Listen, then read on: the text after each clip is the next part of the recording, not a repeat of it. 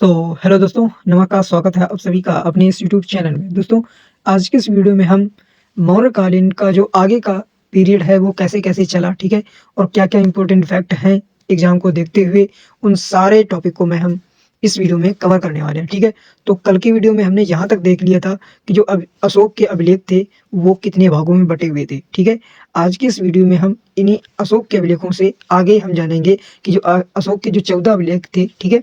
तो उनमें से किस अभिलेख में किसका वर्णन है या किस बात को मतलब बनाया गया है या लिखा गया है, तो उसके बारे में आज की हम इस वीडियो से शुरू करेंगे, ठीक है? तो आई होप कि आप पिछले सारे चैप्टर्स या कह लो कि सारे लेक्चर्स को देखते हुए चल रहे होंगे, ठीक है? और हम छोटी-छोटी वीडियो बनाते हैं ताकि आप कम समय में ज़्यादा चीज़ों को कवर कर सकें, ठीक है? तो आज की इस वीडियो में हम चलिए शुरू करते हैं इससे आगे में, ठीक है? तो चलते हैं। तो अब हम जानेंगे कि जो अशोक के 14 शिलालेख हैं, तो उनको 2 भागों में बाँटा गया था, जैसे कि एक दीर्घ शिलालेख, एक लघु वाला, ठीक है? तो हम दीर्घ वाले में पढ़ेंगे कि दीर्घ शिलालेख जो हैं, ठीक है? उनमें किस शिलालेख में किसकी बात की गई है और हम फिर आपको लास्ट में बताएँगे कि इनमें से कौन-सा इम्पोर्टेंट है जिसको आपको याद रखना है, ठीक है? चलिए शुरू करते हैं। तो सबसे पहला जो शिलालेख है, उसमें इस बारे में बताया गया है कि जीव की हत्या नहीं करनी है, ठीक है? यानी जीव की हत्या का निषेध करता है पहला शिलालेख। इसके बाद जो दूसरा शिलालेख है, पांड्य सातियतु केरल पुत्र ताम्रपर्णी यवन राजा एंटियोक और उसके पड़ोसी के राज्यों में भी मनुष्यों व पशुओं की चिकित्सा से संबंधित है। इसके बाद तीसरा जो अभिलेख है, ठीक है? या शिलालेख है, ठीक है? तो वो युक्त रज्जुक व प्रादेशिक नामक 3 नए अधिकारियों की नियुक्ति से संबंधित है, ठीक है? इसके बाद जो चौथा है वो भेरी घोष धम्म घोष में बदला गया, ठीक है? तो इसके बारे में बताया गया कि जो भेरी घोष है ना, वो धम्म घोष में बदल दिया गया। इसके बाद नेक्स्ट है कि राज्याभिषेक के 13वें वर्ष धर्म महामात्रों की क्या हुई नियुक्ति हुई, ठीक है? इसके बाद है छठा जो शिलालेख है वो प्रतिवेदकों को प्रजा का हाल बताने का आदेश, ठीक है? इसके बाद जो सातवां है वो है कि सभी संप्रदाय, ठीक है? सभी संप्रदाय के लोग सब जगह निवास करें, ठीक है? इसके बाद आठवां है अशोक द्वारा धम्म यात्राओं का प्रारंभ। अब मैं इसको हाईलाइट कर देता हूँ क्योंकि ये इंपॉर्टेंट है, ठीक है? तो ये जरूर याद रखना है आपको कि जो अशोक द्वारा धम्म यात्राओं का प्रारंभ है वो किस शिलालेख में उल्लिखित है, तो वो भाई साहब आपका कौन सा हो जाएगा, वो 8वां से हो जाएगा, ठीक है? इसके बाद है कि धम्म मंगल सर्वश्रेष्ठ घोषित हुआ। धम्म मंगल जो है वो सर्वश्रेष्ठ घोषित हुआ, ठीक है? इसके बाद ये भी इम्पोर्टेंट है, ठीक है? तो इसको भी नोट करना है कि धम्म नीति की श्रेष्ठता पर बल दिया गया, ठीक है? और धम्म दान का उल्लेख ये आपको याद रखना है, ठीक है? और इसके बाद आगे हम बढ़ते हैं। इसके बाद देखते हैं कि जो 12वां शिलालेख है वो बताता है कि धार्मिक सहिष्णुता पर बल देता है, ठीक है? इसके बाद ये जो आप अब मैं हाईलाइट करने वाला हूँ, इसको आपको याद रखना है। 13वां शिलालेख जो है वो कहता है कि कलिंग विजय यानी 261 ईसा पूर्व का वर्णन है और इसी 13वें शिलालेख में 5 यवन राजाओं का उल्लेख भी देखने को मिलता है, ठीक है? और चोल, पांड्य, सतयुक्त, केरल पुत्र, ठीक है? केरल पुत्र एवं ताम्रपर्णी का उल्लेख इसी 13वें अभिलेख में आपको देखने को मिलता है, ठीक है? इसके बाद जो 14वां शिलालेख है उसमें सभी लेखों हेतु उपसंहार स्वरूप है, ठीक है? तो आपको ये जरूर याद रखना है, ठीक है? चलिए आगे हम पढ़ने वाले हैं कि जो 14 दीर्घ शिलालेख हैं वो कहाँ पर मिले और आज वो कहाँ पर लोकेटेड हैं, ठीक है? तो आपका जो पहला नंबर पर आता है, ठीक है? वो है गिरनार, ठीक है? ये गिरनार कहाँ पर है? जूनागढ़ गुजरात में है, ठीक है? इसके बाद है शाहबाजगढ़ी जो कि पेशावर पाकिस्तान में है। इसके बाद धौली जो कि पूरी उड़ीसा में है। जौगढ़ गंजाम उड़ीसा में, ठीक है? कालसी देहरादून उत्तराखंड में, ठीक है? सोपारा ठाणे महाराष्ट्र में। इसके बाद है मानसेहरा, ठीक है? जो कि हाजरा पाकिस्तान में है। इसके बाद है इर्रेगुडी जो कि कुरनूल आंध्र प्रदेश में है, ठीक है? और कंधार जो कि अफगानिस्तान में है और सन्नती जो कि गुलबर्गा कर्नाटक में है, ठीक है?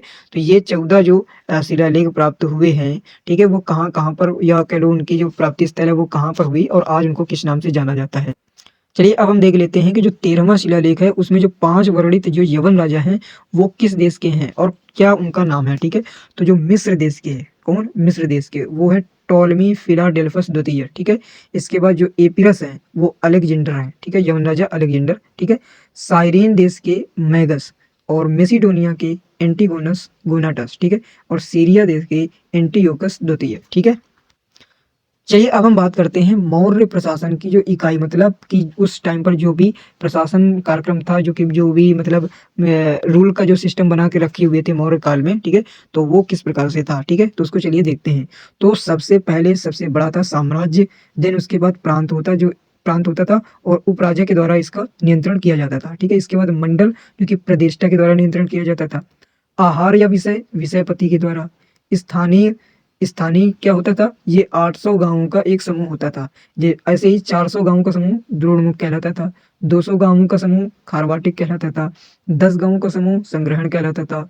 एंड गांव जो था वो सबसे छोटी इकाई था। ठीक है, तो जो मौर्य कालीन जो समय था उसमें जो गांव था वो सबसे छोटी इकाई हुआ करता था। ठीक है, चलिए अब हम बात करते हैं कि जो महत्वपूर्ण पद हुआ करते थे उस टाइम पर वो कौन कौन से थे। ठीक है, तो इनमें सबसे पहला आप कहा जाता है भैया कूपाध्यक्ष। कूपाध्यक्ष का मतलब, कूपाध्यक्ष का मतलब क्या है? कूपाध्यक्ष का मतलब है वन से संबंधित, यानी वन विभाग का अध्यक्ष हुआ करता था। ठीक है, तो वन विभाग का अध्यक्ष हुआ करता था कौन? कूपाध्यक्ष। इसके बाद सीताध्यक्ष जो कि कृषि विभाग के अध्यक्ष हुआ करते थे। ठीक है, विविताध्यक्ष चारागाह व पशु सुरक्षा अध्यक्ष। इसके बाद सोनाध्यक्ष बूचड़ खाने का अध्यक्ष हुआ करता था। ठीक है, पन्याध्यक्ष वाणिज्य विभाग का, यानी कि वित्त मंत्री जो इस टाइम पर है जैसे वो वाला। ठीक है, इसके बाद है पौतवाध्यक्ष, ये मापतोल का विभाग का अध्यक्ष हुआ करता था।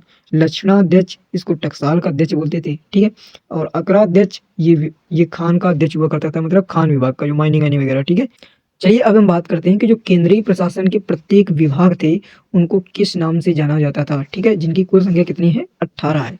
तो हम देखेंगे बारी बारी से। ठीक है, लेकिन सभी इंपॉर्टेंट नहीं है, कुछ इंपॉर्टेंट है। जैसे कि सबसे पहला ही नंबर इंपॉर्टेंट है कि प्रधानमंत्री को क्या कहते थे? तो उसको पुरोहित कहते थे। ठीक है, और ये दूसरा जो है युवराज, उसको राजा का उत्तराधिकारी कहते थे। ठीक है, समाहर्ता राजस्व मंत्री कहलाता था। सन्निधाता कोषाध्यक्ष कहलाता था। ठीक है, और सेनापति को तो आप सब लोग जानते ही हैं कि सेनापति को सैन्य मंत्री कहते। इसके बाद है प्रतिष्ठा फौजीदारी न्यायालयों का काम। ठीक है, तो ये इंपॉर्टेंट नहीं है। व्यवहारिक दीवानी न्यायालयों के, ये भी इंपॉर्टेंट। दंडपाल सैन्य संसाधन एकत्र करने वाला, ये भी। अंतपाल सीमांत प्रदेशों के दुर्गों की देखभाल करने वाला जो प्रमुख हुआ करता था। चलिए अब हम बात करते हैं कि जो प्रमुख कर लगते थे वो कौन कौन से कर उस टाइम पर लगते थे। ठीक है, तो वो सबसे पहला कर लगता था गांव पर कर। ठीक है, अगर आप गांव में रहते हैं तो गांव पर आपको उसको देना पड़ेगा। ठीक है, कर को। दूसरा लगता था भूमि कर। ठीक है, तीसरा बलि कर, यानी बलि यानी धार्मिक कर में काम जो होता था। ठीक है, इसके बाद प्रणय। ठीक है, आपातकालीन कर। ठीक है, कर। इसके बाद हिरण्य नगद कर। इसके बाद विष्टि बोगार कर। इसके बाद उदयक भाग सिंचाई का कर हुआ करता था। गुल्मदेय सैनिकों का शुल्क हुआ करता था। तो कुल 8 प्रकार के कर उस टाइम पर लगते थे। चलिए अब हम बात करते हैं कि जो प्रांतीय जो शासक हुआ करते थे उनसे संबंधित कौन कौन से मतलब राजा या सम्राट हुए हैं। ठीक है, तो जो भी प्रांत थे उनमें किसका मतलब शासन था इसके बारे में देखते हैं। ठीक है, तो गुजरात के गिरनार में स्थित सुदर्शन झील के निर्माण व मरम्मत से संबंधित प्रांतपति व शासक हैं ये 4 लोग। ठीक है, तो वो कौन कौन से हैं? पुष्यगुप्त, पुष्यगुप्त चंद्रगुप्त मौर्य। तो सास्प अशोक। ठीक है, चक्रपालित स्कंदगुप्त। सुविशाख रुद्रदाम। ठीक है, तो ये 4 लोग थे। ठीक है, किसकी मरम्मत का काम? सुदर्शन झील के मरम्मत व निर्माण के काम में सहायक। चलिए अब हम बात कर लेते हैं संगम युग की। ठीक है, तो संगम युग में तमिल क्षेत्र, संगम युग में तमिल क्षेत्र के 3 राज्य चोल, चेर तथा पांड्य का शासन था। किस संगम युग में तमिल क्षेत्र के 3 जो राज्य थे चोल, चेर और पांड्य का शासन था। किसमें? संगम युग में। पांड्य राजाओं के संरक्षण में 3 संगम का आयोजन किया गया। ठीक है, पहला था मदुरै। ठीक है, अध्यक्ष इसके अगस्त्य ऋषि। इसके जो संकलन है वर्तमान में एक भी ग्रंथ उपलब्ध नहीं है। ठीक है, कोई ग्रंथ नहीं इनके पास। द्वितीय कपाटपुरम, अगस्त्य ऋषि के द्वारा ये भी इसके अध्यक्ष तथा तोलकाप्पियर। ठीक है, एकमात्र ग्रंथ है तोलकाप्पियम। ठीक है, इसके बाद तीसरा है मदुरै।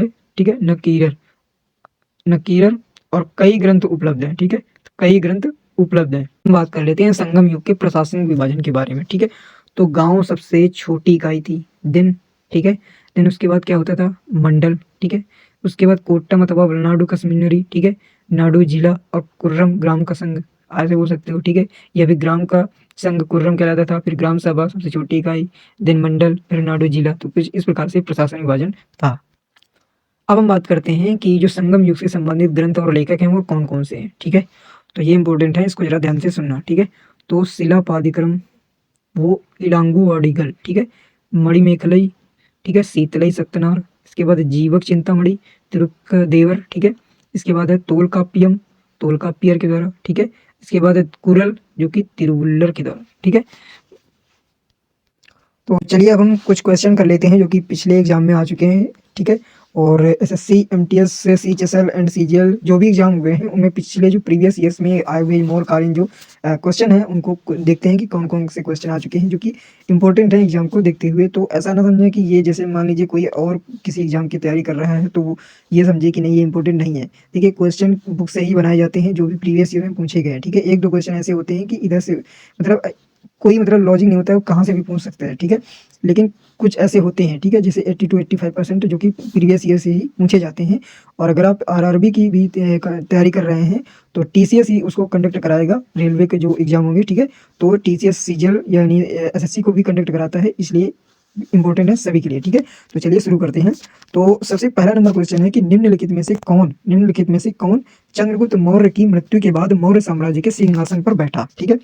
तो वो कौन हो जाएंगे भाई साहब, ठीक है। तो इसमें कौन से हो जाएंगे, तो आपको पता है कि चंद्रगुप्त मौर्य की मृत्यु के बाद कौन बैठा था, बिंदुसार बैठा था। कौन बैठा था, बिंदुसार बैठा था। तो 297 से लेकर 273 ईसा पूर्व तक इसका कार्यकाल रहा है, यानी 297 ईसा पूर्व में उसने राजगद्दी मतलब हासिल की। अगला क्वेश्चन है कि अंतिम मौर्य सम्राट की हत्या के लिए कौन जिम्मेदार था, ठीक है। तो ये आपका सही हो जाएगा, कौन कौन जिम्मेदार था, पुष्यमित्र, ठीक है। और पुष्यमित्र शुंग द्वारा इसकी हत्या की गई थी, ठीक है। किसकी, अंतिम जो शासक था बृहदत्त, उसकी हत्या की गई थी, किसके द्वारा, पुष्यमित्र शुंग के द्वारा, ठीक है। और पुष्यमित्र जो शुंग था ना वो बृहदत्त का क्या था, एक सेनापति था। नेक्स्ट क्वेश्चन है कि भारतीय समाज को 7 वर्गों में किसने वर्गीकृत किया था, बताइए। इसका सही जवाब हो जाएगा मेगस्थनीज ने। किसने, मेगस्थनीज ने। तो मेगस्थनीज ने ही अपनी पुस्तक जो कि इंडिका लिखी है, ठीक है, उसमें भारतीय समाज को 7 श्रेणियों में बांटा है, ठीक है। अगला क्वेश्चन है कि अशोक के अभिलेखों के अनुसार निम्नलिखित में से कौन सा मगध साम्राज्य में एक प्रांतीय केंद्र नहीं था, ठीक है। बताइए कौन सा नहीं है। इसका सही जवाब हो जाएगा इंद्रप्रस्थ। इंद्रप्रस्थ जो है ना वो मगध साम्राज्य में एक प्रांतीय केंद्र नहीं था। अगला क्वेश्चन है कि निम्नलिखित में से कौन सा ग्रंथ मौर्य साम्राज्य के काल के प्रशासनिक और सैन्य संगठन का सूक्ष्म विवरण देता है, बताइए। मौर्य साम्राज्य से इसमें कौन सा संबंधित है, वही हो जाएगा। तो इसका सही जवाब हो जाएगा क्या, अर्थशास्त्र। और अर्थशास्त्र जो है किसके द्वारा लिखा गया, कौटिल्य जी के द्वारा। अगला क्वेश्चन है कि कौटिल्य के सप्तांग सिद्धांत में अमात्य में निम्नलिखित में से किसको दर्शाता है, अमात्य में, बताइए। तो वो हो जाएगा मंत्री और अधिकारी को दर्शाता है, ठीक है। अगला क्वेश्चन है कि सम्राट अशोक ने अपने राज्याभिषेक के कितने साल के बाद कलिंग पर विजय प्राप्त की थी, तो इसका सही जवाब हो जाएगा 8 वर्ष बाद। नेक्स्ट क्वेश्चन है कि मौर्य साम्राज्य का संस्थापक निम्न में से कौन सा था,